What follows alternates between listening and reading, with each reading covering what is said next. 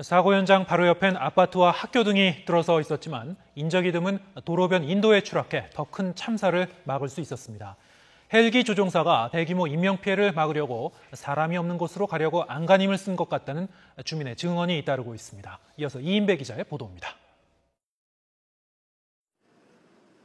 소방 헬기가 추락한 사고 현장은 광주광역시의 신흥택지 지구로 아파트 단지와 학교 등이 밀집해 있는 곳입니다. 헬기가 추락한 곳으로부터 10여 미터 떨어진 곳에 고층 아파트 단지가 있고 주변에 학교와 상가 건물 등이 빼곡히 들어서 있습니다. 특히 현장 인근에 있는 중학교에서는 학생 1,300여 명이 수업을 받고 있었습니다. 사고 헬기가 아파트나 학교에 추락했다면 자칫 대규모 인명피해로 이어질 뻔했습니다. 수업하는데 막 무슨 큰 소리가 나가지고 창문을 보니까 검은 연기가 막 나오는 거예요.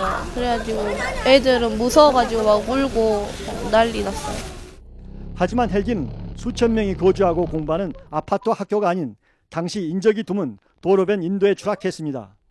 당시 사고 현장을 목격한 시민은 헬기 조종사가 대형 참사를 막기 위해 마지막 순간까지 안간힘을 쓴 것 같다고 입을 모았습니다.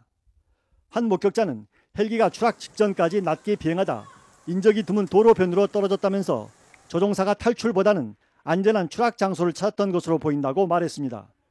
주위에 학교도 있고 아파트도 있고 그러는데 그리 떨어졌으면 대형 사고가 나가지고 많은 인명피해가 있었을 건데 주행 중 다행으로 조종사가 끝까지 그래도 어떻게 사고 안 나기 위해서 숨진 조종사가 인구 밀집 지역을 피해 가기 위해 끝까지 조종관을 놓지 않은 것으로 보입니다.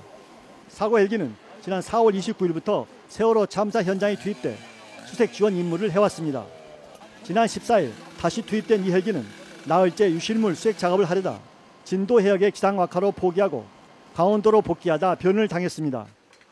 세월호 실종자 수색 작업이 난항을 겪고 있는 가운데 현장에 투입됐던 헬기마저 추락해 안타까움을 더하고 있습니다.